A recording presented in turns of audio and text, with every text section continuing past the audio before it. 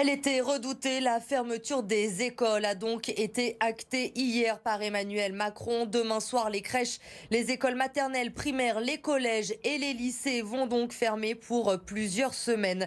Le but, freiner l'épidémie et ne pas mettre les hôpitaux sous tension. Résultat, la semaine prochaine, regardez ce calendrier. Les cours se feront en distanciel pour tous les niveaux. Suivront ensuite 2 semaines de vacances identiques pour toutes les zones. La semaine du 26 avril, les maternelles et les primaires pourront retourner à l'école. Les collèges et les lycées devront faire une nouvelle semaine de cours à la maison avant un retour en présentiel le 3 mai prochain. C'est donc un nouveau chamboulement pour les parents qui se retrouvent avec très peu de temps pour s'organiser. Octavie Couchard, Cédric Adam. Organiser les 3 prochaines semaines en seulement 2 jours. Encore un nouveau défi pour les parents après les annonces du président ce mercredi. Alors évidemment, ce matin, devant cette école lyonnaise, c'était le sujet de discussion. Hier, j'ai fait tout mon répertoire en fait pour voir un petit peu comment on peut s'organiser du coup avec les voisines et des amis.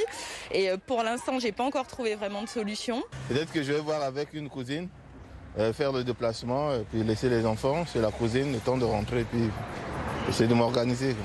Après la question logistique vient la question des occupations. 2 semaines de vacances, c'est 2 semaines d'activités à trouver. Je pense qu'il n'y aura pas de centre aéré, donc comment vont faire les parents qui ne peuvent pas télétravailler, comment vont faire, enfin voilà, je sais bien que c'est des petites préoccupations par rapport aux gens qui sont en réa, je suis complètement d'accord, mais des petites préoccupations d'1 an et demi. Le temps est long donc pour les parents qui sont fatigués de devoir jongler entre travail et enfants. Côté enseignants, fermer les établissements scolaires, c'est une fatalité. Beaucoup de classes fermées, beaucoup de classes non remplacées. De toute façon, j'allais dire, c'est un peu comme admettre la réalité, quoi. Il n'y avait plus trop le choix. Moi, ce qui m'inquiète, c'est la reprise aussi maintenant.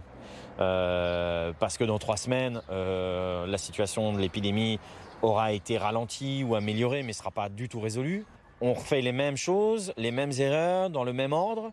Ou est-ce qu'enfin, il y aura des mesures ? Retour en classe le 26 avril pour les primaires. Ce sera la semaine suivante pour les collèges et les lycées.